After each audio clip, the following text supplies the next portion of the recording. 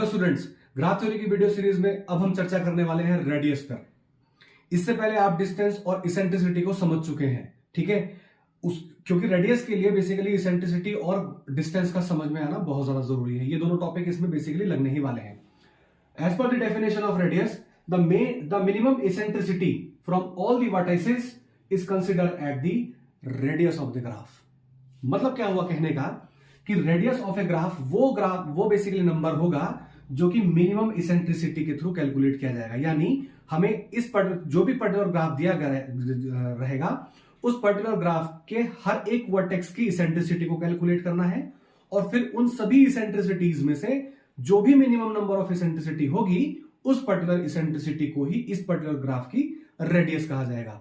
और अगर आप इसेंट्रिसिटी को जानते हैं तो आपको पता है कि इसेंट्रिसिटी को कैलकुलेट करने के लिए आपको पहले डिस्टेंस आना चाहिए, ठीक है।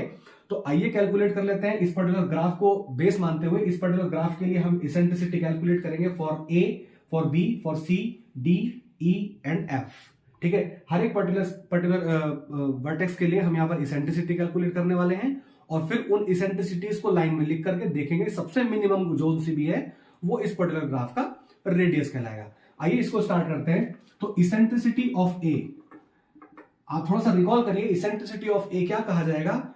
इसेंट्रिसिटी ऑफ ए क्या कहा जाएगा? Eccentricity of A is basically the maximum distance between a vertex to all other vertices, ठीक है। और डिस्टेंस बेसिकली क्या होता है? The shortest path, okay, the number of the edges in the shortest path. तो आइए इस तरह से करके हुए हम यहां पर इसेंट्रिसिटी को कैलकुलेट कर लेते हैं। सबसे पहले ए के लिए कैलकुलेट करते हैं। तो ए के लिए इसेंट्रिसिटी कैलकुलेट करने के लिए हम पहले डिस्टेंस को कैलकुलेट कर लेते हैं। तो ए टू बी क्या डिस्टेंस रहेगा, ए टू सी डिस्टेंस क्या रहेगा, A to D, A to E as well as A to F क्या डिस्टेंस रहने वाला है।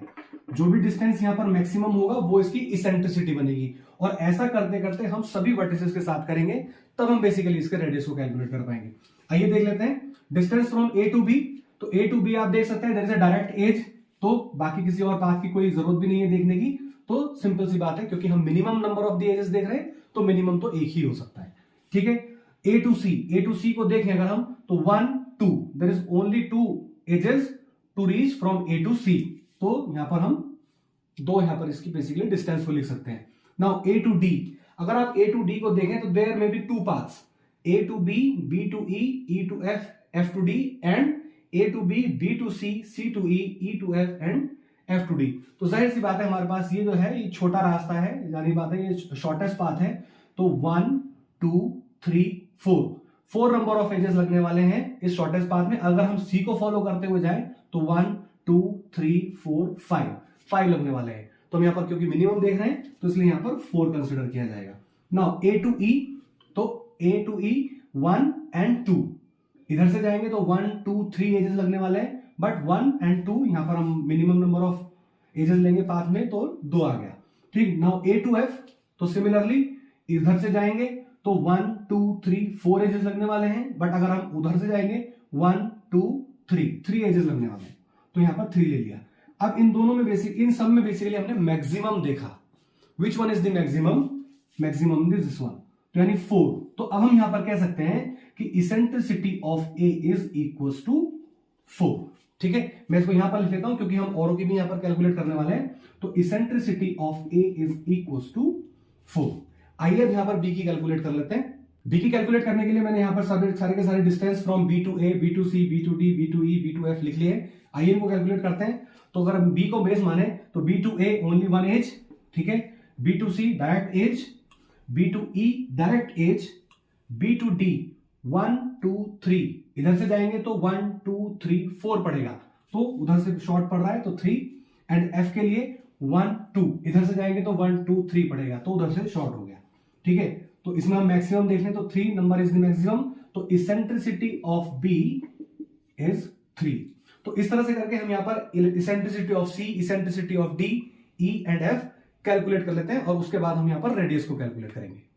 हमने यहां पर सभी की इसेंट्रिसिटी को कैलकुलेट कर लिया है। आई सजेस्ट कि आप यहां पर वीडियो को पॉज करके बाकी सभी इसेंट्रिसिटीज को आप अपने हिसाब से कैलकुलेट करके देखिएगा, इसी से आपकी प्रैक्टिस बनने वाली है।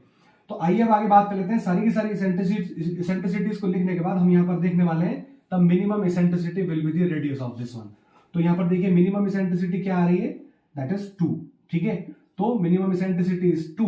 तो हम यहां पर ये कह सकते हैं कि इसकी जो रेडियस है बेसिकली इस पर्टिकुलर ग्राफ की वो 2 है। ठीक है, तो इस तरह से करके हम बेसिकली रेडियस को कैलकुलेट करने वाले हैं। मैं इसको थोड़ा सा इन शॉर्ट रिपीट कर देता हूं। सबसे पहले डिस्टेंस के बेसिस पर हमने यहां पर डिस्टेंस कैलकुलेट करने हैं। डिस्टेंस के बेसिस पर हम यहां पर इसेंट्रिसिटी को कैलकुलेट करेंगे और सभी वर्टिसेस की इसेंट्रिसिटीज को कैलकुलेट करने के बाद जहां पर जो भी मिनिमम नंबर होगा वो उस पर्टिकुलर ग्राफ की रेडियस कही जाएगी। आई होप कि आपको यह टॉपिक क्लियर हुआ है। ठीक है, नेक्स्ट हम डिस्कस करने वाले हैं सर्कमफ्रेंस के बारे में। आइए अब बात कर लेते हैं सर्कमफ्रेंस के बारे में। सर्कमफ्रेंस क्या होता है? The circumference is the largest cycle of a graph is called the circumference of a graph. ठीक है, साइकिल की डेफिनेशन को समझ लेते हैं। Cycle is what?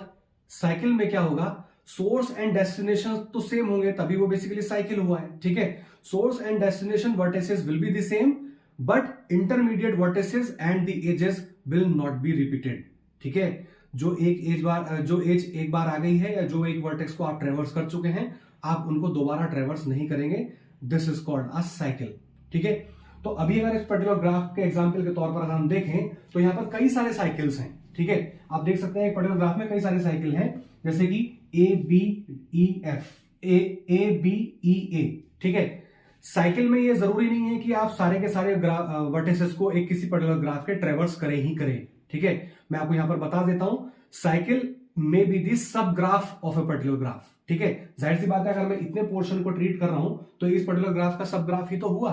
ठीक है, तो साइकिल क्या होगा, साइकिल जिस पर्टिकुलर वर्टेक्स से शुरू हो रहा है उस पर्टिकुलर वर्टेक्स पर ही आप लौट करके आ रहे हैं और बीच में पड़ने वाले वर्टिसेस को और एजेस को आप रिपीट नहीं कर रहे हैं, तो वो साइकिल हुआ। ठीक है, और एक ग्राफ में कई सारे साइकिल्स हो सकते हैं क्योंकि यहां पर कोई कंपल्सन नहीं है कि आप सारे के सारे वर्टिसेस को अपने उस साइकिल के ट्रैक पर जरूर लें। ठीक है, तो ABEA मींस अगर मैं यहां पर लिखूं तो देयर में be cycle number 1 ABE and then again A। ठीक है, cycle number 2 ABDEA, ABDEA। Source and destination must be same. ठीक है, ये आपको ध्यान रखना है। तीसरा साइकिल क्या हो सकता है, ABCDEA, ABCDE and again A। ठीक है, और चौथा साइकिल कौन सा हो सकता है, सपोज हम इसकी बात करें BED अगेन B, तो BED अगेन B। यहां पर भी आप देखेंगे सोर्स एंड डेस्टिनेशन हमारे सेम है। तो इस तरह से करके बेसिकली हम यहां पर n number of the cycle find out कर सकते हैं based on the graph given. ठीक है, तो अब यहां पर हमें क्या देखना है, the largest cycle will be called the circumference. अगर आप इसको प्रैक्टिकली भी समझें, जैसे कि मान लीजिए कोई फुटबॉल का मैदान है या कोई ग्राउंड ऑफ क्रिकेट है, तो उसकी सर्कमफ्रेंस यानी बाहरी हिस्से को हम बेसिकली लेंगे और जो भी एक्टिविटी होगी वो बेसिकली उस पर्टिकुलर ग्राउंड के अंदर ही होने वाली है। तो उस पूरे के पूरे ग्राउंड को बेसिकली चारों तरफ से जो उसकी जो नाप होगी उसको मेजरमेंट को हम बोलेंगे सर्कमफ्रेंस है इस पर्टिकुलर ग्राउंड का।